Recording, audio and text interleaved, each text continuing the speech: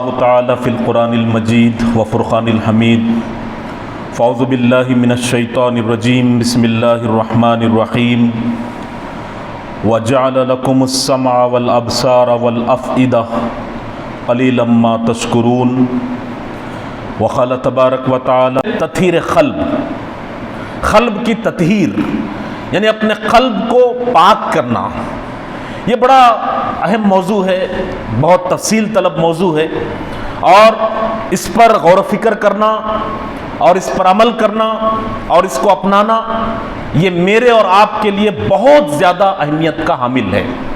ہو سکتا ہے کہ یہ عمل یا ہو سکتا ہے کہ یہ موضوع عام لوگوں کے لیے اتنا زیادہ اہمیت کا حامل نہ ہو، اتنا زیادہ قابل توجہ نہ ہو، لیکن میرے اور آپ کے لیے یعنی ہم تحریکی افراد کے لیے یہ موضوع انتہائی اہمیت کا حامل ہے۔ چنانچہ ہم دیکھتے ہیں کہ جماعت اسلامی ہند نے اپنے وابستگان کی ہمہ جہتی تربیت کے لیے اس تطہیر قلب پر بہت زیادہ زور دیا ہے، اور میں سمجھتا ہوں کہ تطہیر قلب کے لیے جو مساعی ہم کر رہے ہیں یا تطہیر قلب کے لیے جو ہم جدوجہد کرتے ہیں، یہ تحریکی صفوں کے اندر روح پھونکنے کے برابر ہے۔ اس لیے کہ ہماری ساری سرگرمیوں کا، ہمارے سارے اعمال کا جو دار و مدار ہے، جو مرکز اور محور ہے، وہ اسی تطہیر قلب پر منحصر ہے۔ اگر ہم تحریکی افراد، اگر ہم ارکان اور کارکنان اپنے قلب پر توجہ نہیں دیں گے، ہم اپنے قلب کی تطہیر کے لیے کوشش نہیں کریں گے، ہم اپنے دل کو پاک کرنے کے لیے، ہم اپنے دل کو صالح بنانے کے لیے، اگر ہم اپنے دل کو مومن بنانے کی جدوجہد نہیں کریں گے، تو پھر ہم اس تحریک کے اندر، اس جماعت کے اندر ایک قدم آگے نہیں بڑھا سکتے ہیں، بلکہ اس تحریک کے لیے ایک ناکارہ ہم سرمایہ بن جاتے ہیں۔ تو جماعت اسلامی ہند نے اپنی پالیسی پروگرام کے اندر اس تطہیر قلب پر بہت زیادہ زور دیا ہے، بہت اس کی اہمیت ہماری اس تحریک کے اندر پائی جاتی ہے۔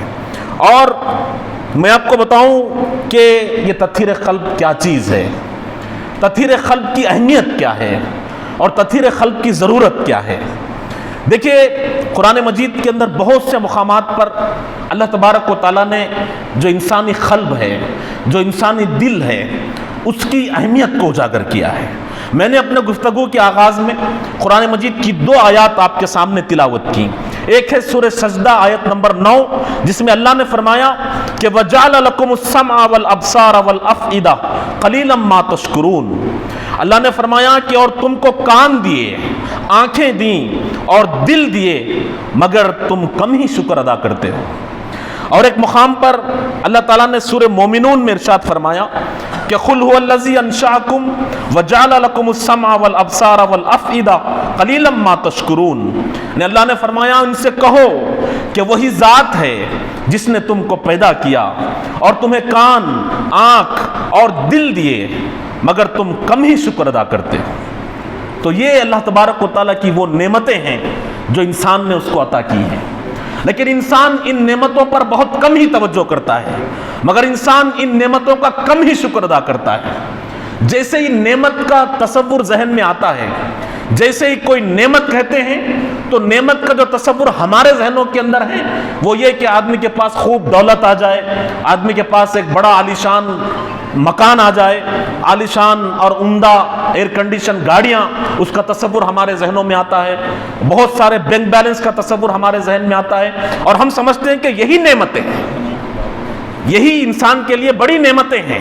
لیکن اللہ تعالیٰ یہاں پر یاد دلاتا ہے کہ دیکھو اللہ تعالیٰ کی جو نعمتیں ہیں وہ آنکھ کی نعمت ہے، وہ کان کی نعمت ہے، وہ دل کی نعمت ہے۔ تو اللہ نے فرمایا کہ تم کم ہی شکر ادا کرتے ہو۔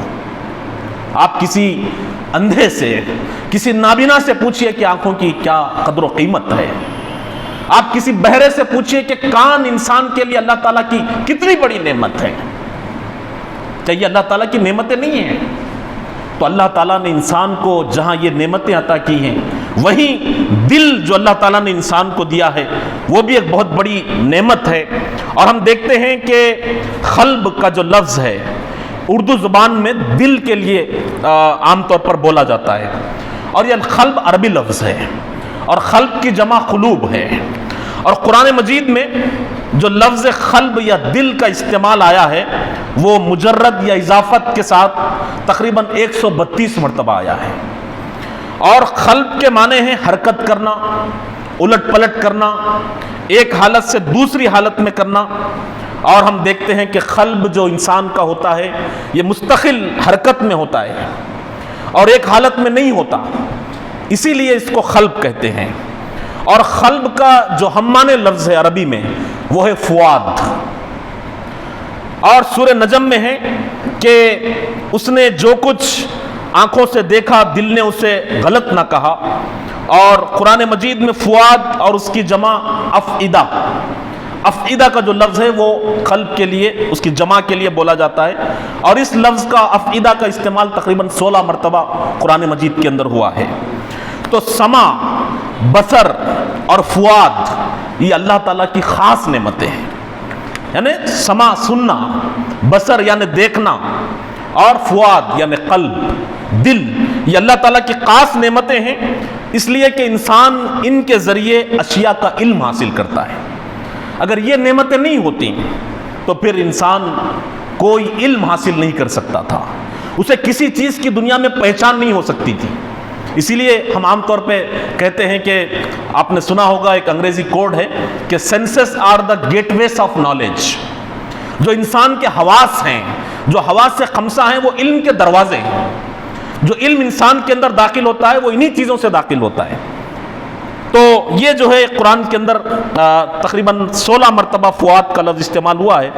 تو قرآن میں بار بار توجہ دلائی گئی ہے کہ انسان کو اللہ تعالیٰ کی نعمتوں پر اس کا شکر گزار ہونا چاہیے. اور آئیے میں ان دیگر نعمتوں کو چھوڑتے ہوئے صرف اپنے ٹاپک کی بات کرتا ہوں، دل کی اور قلب کی. تو قلب یا دل کی جو اہمیت ہے ہمارے جسم کے اندر وہ بڑی اہمیت کا حامل ہے. اسے اعضائے رئیسہ میں شمار کیا جاتا ہے. جو انسانی دل ہے وہ انسان کے اعضائے جو رئیسہ ہیں اس میں بڑا اہم عضو ہے. ہمارا دل ایک لمحے کے لیے بھی رکے بغیر حرکت کرتے رہتا ہے.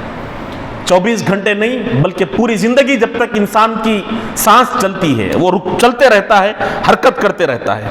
اور اس کا کام کیا ہے؟ خون کو پمپ کرنا.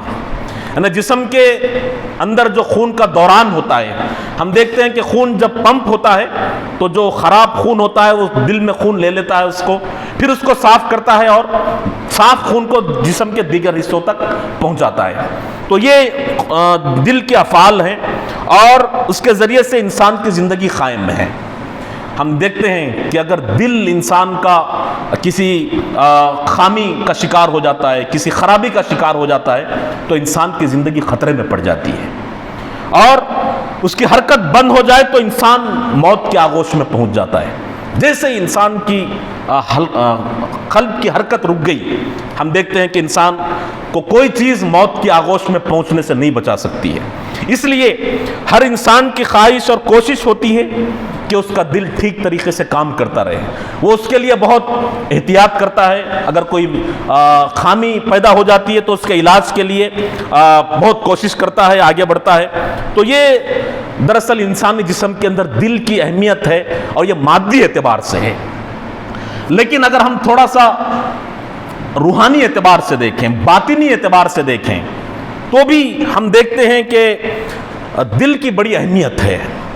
یعنی میں نے جو آپ کو بتایا فزیکلی وہ دل کی اہمیت تھی، طبعی طور پر، مادی طور پر جو ہم دل کی اہمیت دیکھتے ہیں.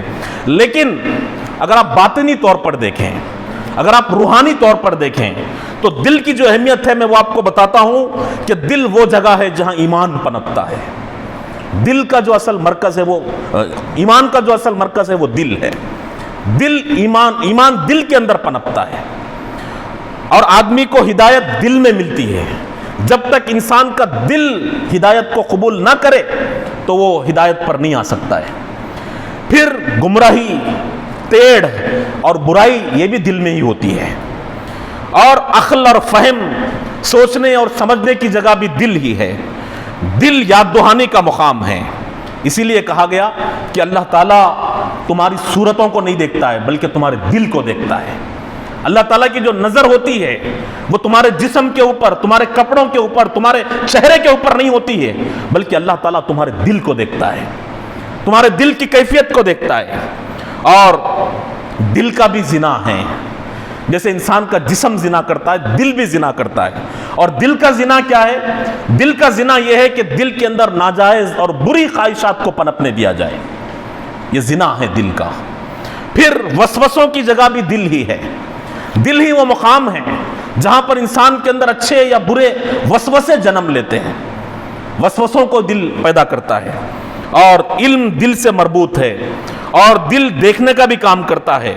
اور آخری بات یہ کہ دل ایک زمین ہے جہاں ایمان کا پودا لگایا جاتا ہے، دل ہی وہ زمین ہے جہاں انسان ایمان کا پودا لگاتا ہے، اور اگر بیج اچھا ہوگا تو پھر پودا بھی اچھا ہوگا اور وہ ایک تناور درخت بنے گا۔ چنانچہ اس پودے کی نگہداشت بھی ضروری ہے، ہم اپنے دل کی نگہداشت کریں۔ دل کی نگہداشت کیا ہے؟ کہ ہم اپنے دل کی تطہیر کرتے رہیں، دل کو پاک کرتے رہیں۔